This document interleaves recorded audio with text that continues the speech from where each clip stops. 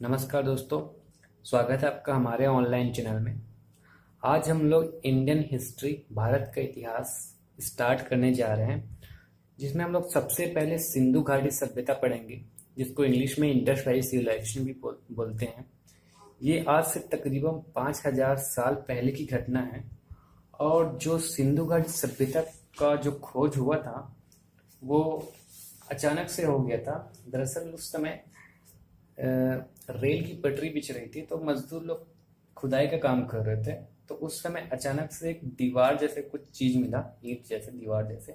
और उन लोग की उत्सुकता बढ़ी, तो खोद के उन लोग खुदाई करते करते देखे कि दरअसल में है क्या। तो उन लोग को तकरीबन पूरा शहर शहर जैसे ही पूरा शहर ही लगभग मिल गया खोदते खोदते।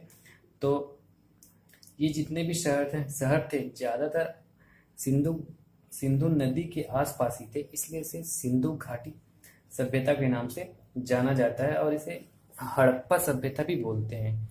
तो जैसे कि आज हिस्ट्री का पहला क्लास है, तो हिस्ट्री जानने के लिए या हिस्ट्री को समझने के लिए हमें कुछ कुछ चीज़ों को जानना बहुत ही आवश्यक है, ताकि आपको हिस्ट्री या इतिहास अच्छे से समझ आए।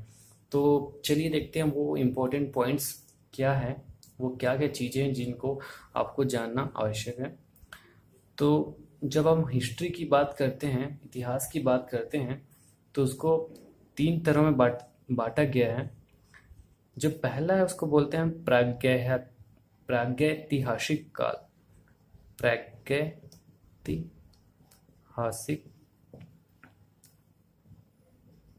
काल, ये पहला हो गया। दूसरे को बोलते हैं हम लोग आद्य ऐतिहासिक। और जो तीसरा हो गया उसको हम लोग बोलते हैं ऐतिहासिक काल।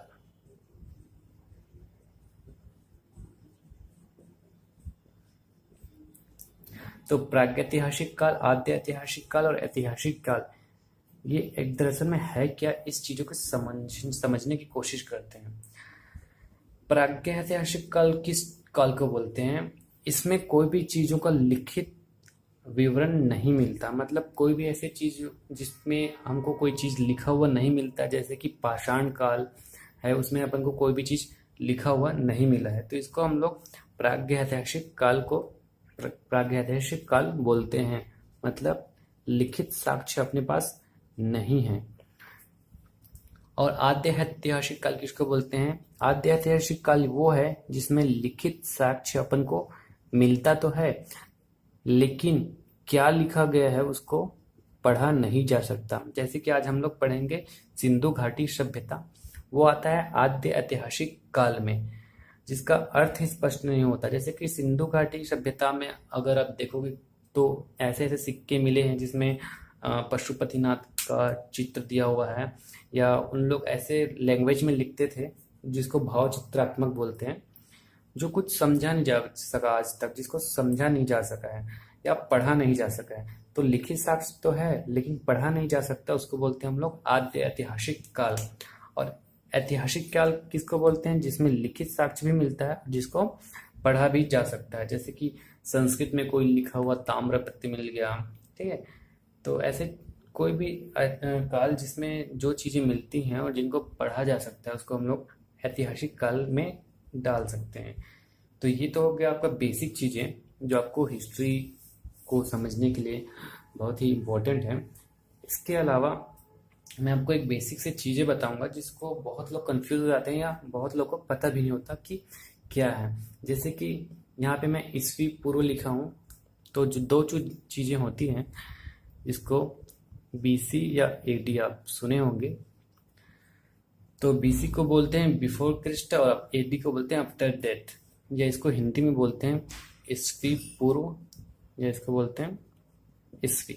तो एक्चुअल में ये है क्या, ये चीजें देखते हैं।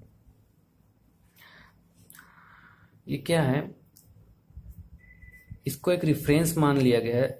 कोई भी काल जिसको जीरो को अपन रेफरेंस मान लिए। जीरो क्या है? जब अभी जैसे 2017 चल रहा है, तो स्टार्टिंग एक से हुआ, एक से लेके 2 3 ऐसे ऐसे आते आते 2017 हुआ।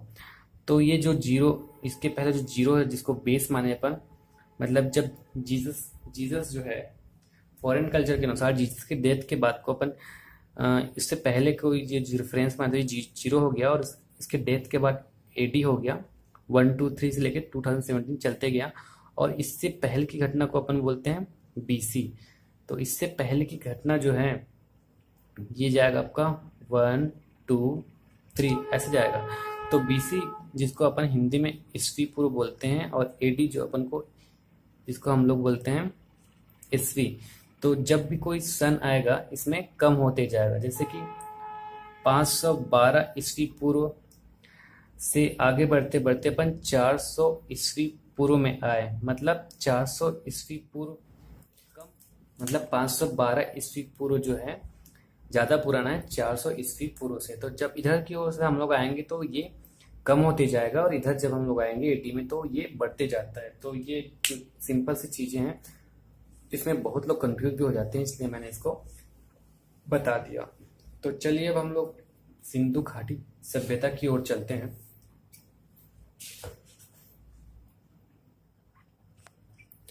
तो अपन देखते हैं अब सिंधु सभ्यता का जो नामकरण है। सिंधु घाटी सभ्यता जो है आज से 5000 साल पुरानी है। जो स्टार्टिंग इसका मानते हैं 2300 ईस्वी पूर्व से 1750 ईस्वी पूर्व तक माना जाता है। और सिंधु घाटी सभ्यता को हड़प्पा या कांस्य युगीन सभ्यता बोलते हैं। तो जो इसका नामकरण हुआ है सिंधु सभ्यता, इसको क्यों बोला जाता है, हड़प्पा सभ्यता इसको क्यों बोला जाता है, कांस्य युगीन सभ्यता इसको क्यों बोला जाता है, ये जानते हैं। तो सबसे पहले देखते हैं कि सिंधु सभ्यता इसको क्यों बोला जाता है। सिंधु सभ्यता इसको इसलिए बोला जाता है कि सिंधु सभ्यता जो सिंधु घाटी सभ्यता में जब खुदाई किए तो सबसे ज्यादा जो नगर मिले वो सिंधु नदी के कारण मिले। तो सिंधु नदी के कारण जितने भी नगर मिले तो सिंधु नदी कारण को सिंधु सभ्यता बोलते हैं। जो नदी था वो सिंधु नहीं था, सॉरी, वो सिंध नदी था। तो सिंध नदी के आसपास जितने भी नगर सबसे ज्यादा नगर मिले इसलिए इसको सिंधु सभ्यता बोलते हैं। हड़प्पा सभ्यता इसलिए बोलते हैं कि जब खुदाई हुआ तो सबसे पहला जो नगर मिला था, सबसे पहला नगर, फर्स्ट सिटी बोल सकते हो आप, वो था हड़प्पा, इसलिए इसको हड़प्पा सभ्यता भी बोला जाता है। कांस्य युगीन इसलिए बोला जाता है कि जब खुदाई किया गया तो यहाँ पे पीतल व कांसे के बर्तन और औजार सबसे ज्यादा प्रयोग में हुआ था। मतलब सबसे ज्यादा पीतल और कांसे का जो बर्तन है मिला, इसलिए इसे कांस्य युगीन सभ्यता भी कहा जाता है। तो इसको 3 नाम से जाना जाता है, सिंधु घाटी की सभ्यता, हड़प्पा सभ्यता या आपका हो जाता है कांस्य युगीन सभ्यता। तो ये हो गया इसका नामकरण। अब सिंधु घाटी सभ्यता के बारे में कुछ इंपॉर्टेंट फैक्ट्स पढ़ लेते हैं। सिंधु सभ्यता की खोज जो किए थे वो राय बहादुर दयाराम साहनी ने 1921 में राय बहादुर दयाराम साहनी ने 1921 में किए थे। और सिंधु सभ्यता शब्द का जो जिन्होंने सबसे पहली बार प्रयोग किया था वो है जॉन मार्शल पुरातत्वविद ने सबसे पहले बोला सिंधु सभ्यता शब्द को। लिपि जो थी यहाँ की वो भाव चित्रात्मक है और जो लिखी जाती से बाएं से दाएं, जैसे हम लोग लिखते हैं बाएं से दाएं वैसे ही इन लोग लिखते थे। क्षेत्रफल यहाँ का था 1299600 किलोमीटर स्क्वायर और जो संपूर्ण क्षेत्र था वो त्रिभुजाकार था, ठीक है, मतलब ट्रायंगल के शेप में था।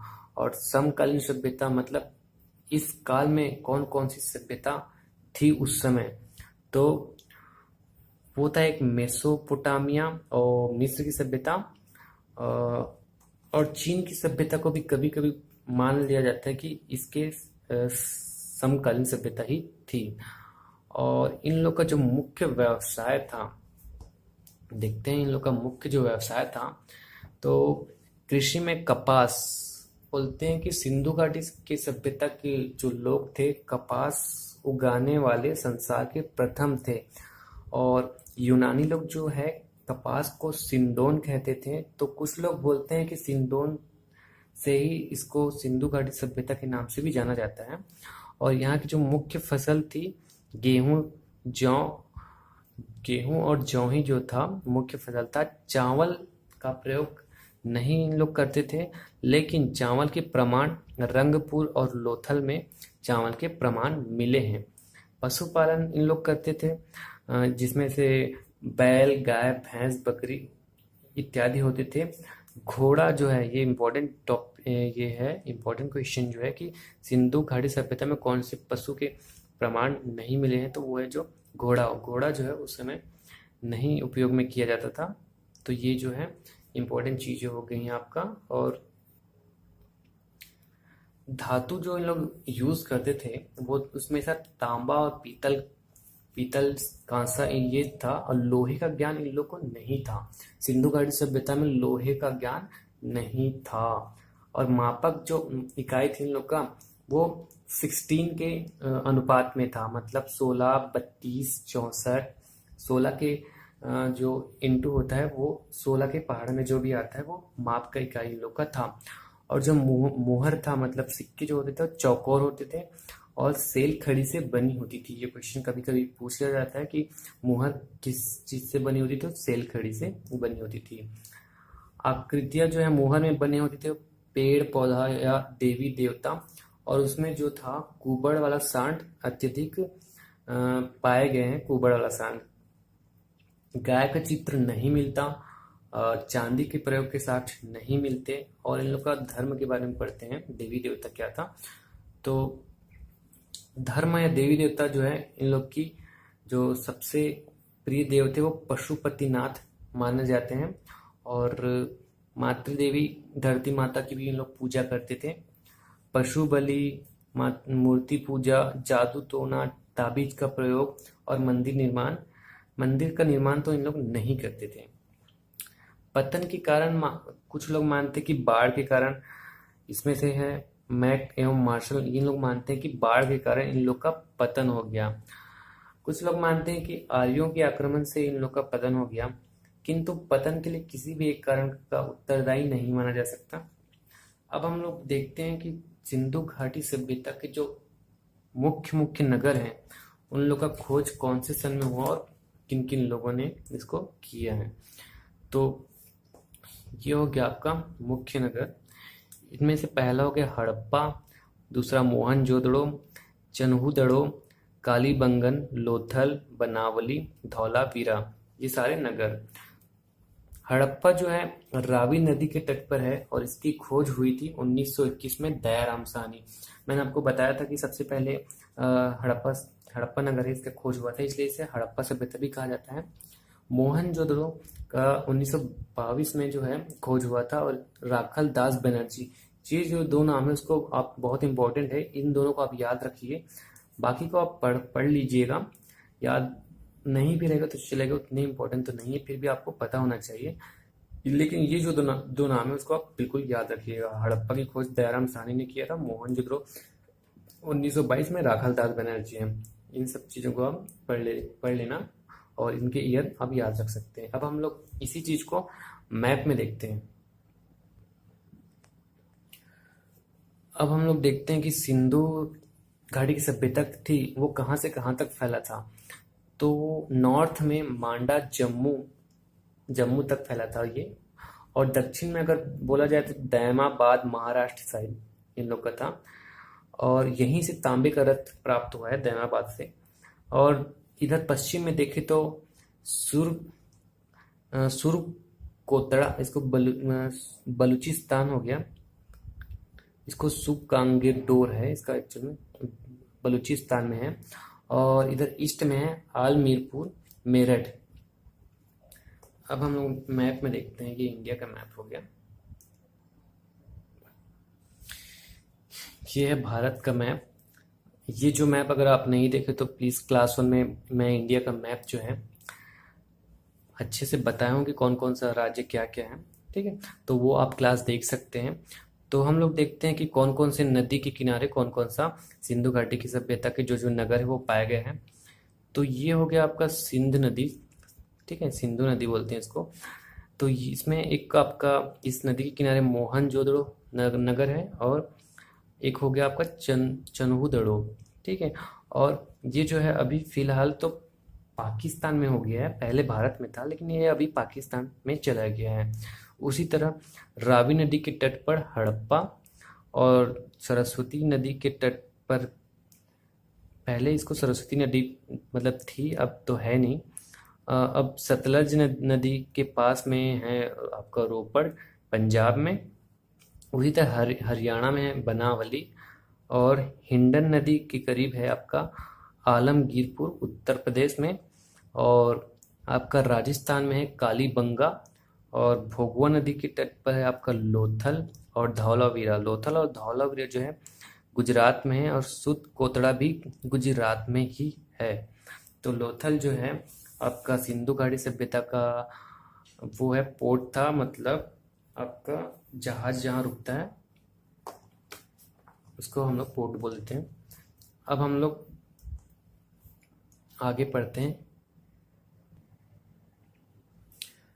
पहले हड़प्पा नगर के बारे में पढ़ते हैं। ये पाकिस्तान के पंजाब प्रांत में रावी नदी के तट पर स्थित इस नगर की खोज 1921 में दयाराम साहनी द्वारा की गई। यह सिंधु सभ्यता का खोजा गया प्रथम नगर था।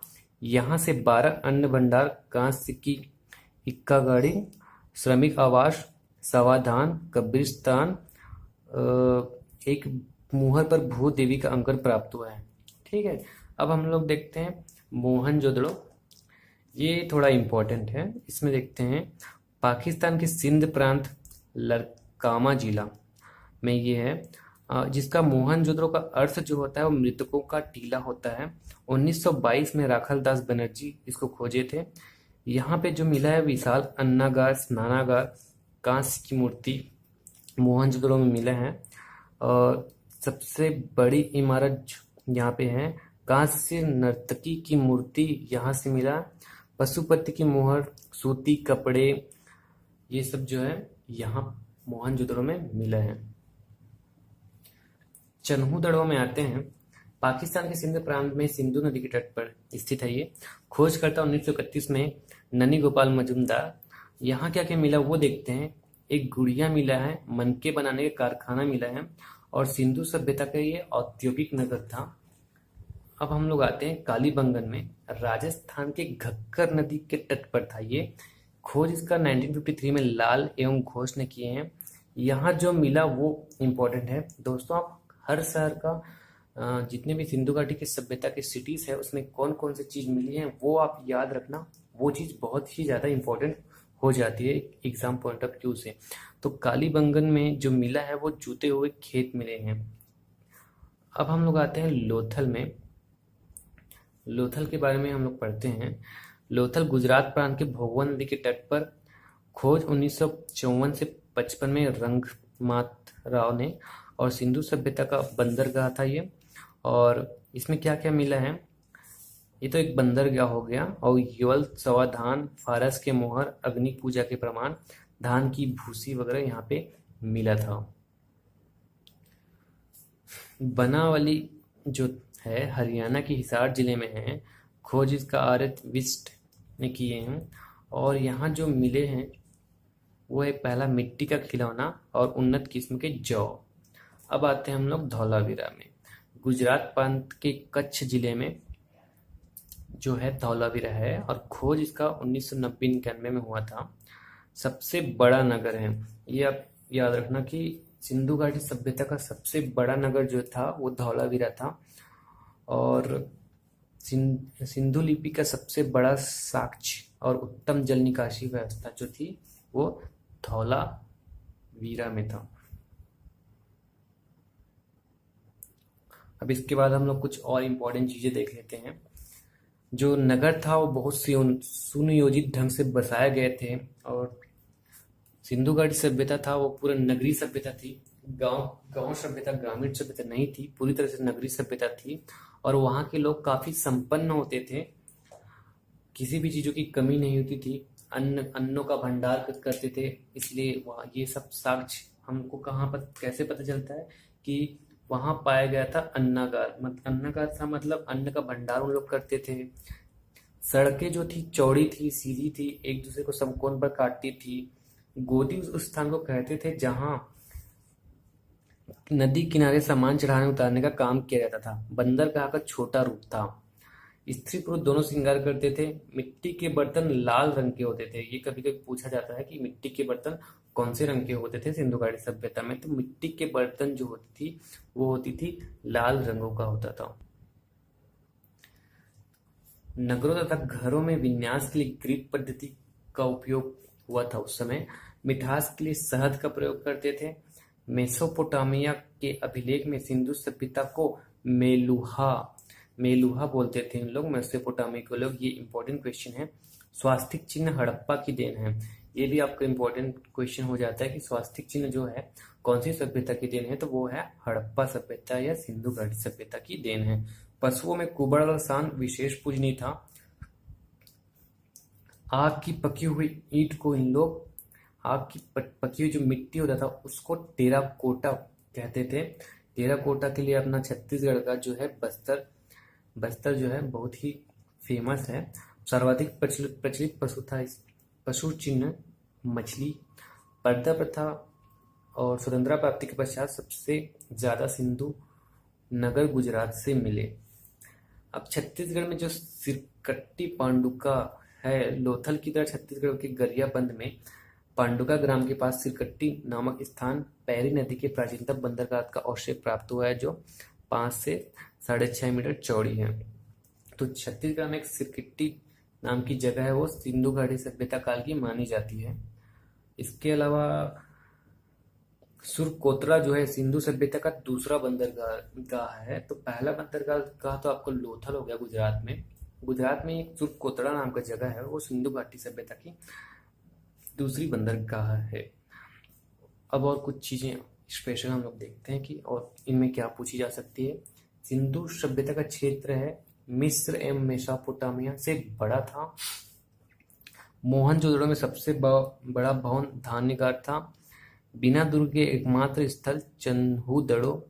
ईंटों का जो लंबाई, चौड़ाई और मोटाई का अनुपात है वो था 4, 2 और 1। मोहनजोदड़ो से विख्यात वृषभ मुद्रा प्राप्त हुई है। सिंधु सभ्यता में वर्गाकार मुद्रा सर्वाधिक प्रचलित थी, मतलब वर्गाकार स्क्वायर शेप में मुद्रा थी वहाँ की मुद्रा जो थी। तो इसी के साथ आज के क्लास समाप्त होता है। सिंधु घाटी सभ्यता के जितने भी इम्पोर्टेंट फैक्ट्स थे वो सारी चीज़ें मैंने बता दी है। ये एग्ज़ाम पॉइंट से बहुत इम्पोर्टेंट है और ये सारी चीज़ें बहुत सारे एग्ज़ाम्स में पूछी जाती हैं, आगे भी पूछी जाती रहेंगी। तो ये चीज़ें आप अच्छे से याद रखिएगा। इसके अलावा आप कुछ चीज़ें बुक्स से उठा के पढ़ भी सकते हो, लेकिन बहुत ज़्यादा डिटेल से कभी कभी क्या होता है, क्या क्या पढ़ना है उससे ज़्यादा इम्पोर्टेंट भी हो जाता है कि हमको क्या क्या चीज़ नहीं पढ़ना है। तो आप तैयारी करते हैं तो विशेषता ये ध्यान रखिए कि अपन को क्या पढ़ना है और क्या नहीं पढ़ना है। तो इसी के साथ मैं आज की क्लास समाप्त करता हूँ।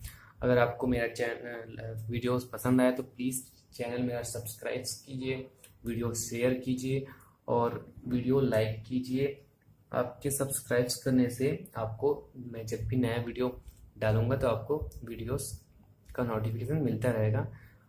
तो हम लोग नेक्स्ट क्लास में हिस्ट्री को कंटिन्यू करेंगे। आज के लिए बस इतना ही। Thank you.